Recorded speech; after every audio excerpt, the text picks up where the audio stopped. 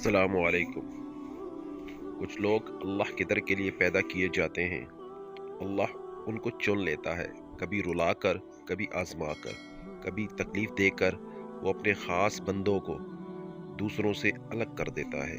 कुछ उस मकाम तक चलकर खुद आते हैं, कुछ को खींच कर लाया जाता है। बंदे की क्या मजाल कि अल्लाह के हुक्म से सरताबी करे।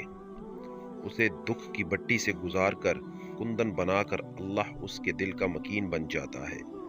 और जिसको रब मिल जाए उसको सब मिल गया। अल्लाह ही मोहब्बत है।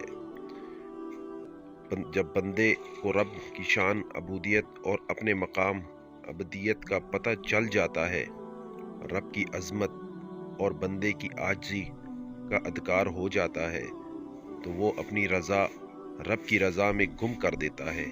जब बंदा उस मकाम पर पहुंचता है तो रब उसकी शान अबूदियत अदा करता है।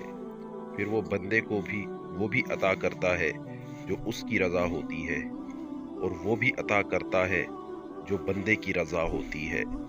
दुआ है कि अल्लाह करीम हम सबको अपनी बारगाह में कबूल करके चुन ले। आमीन सुम्मा आमीन।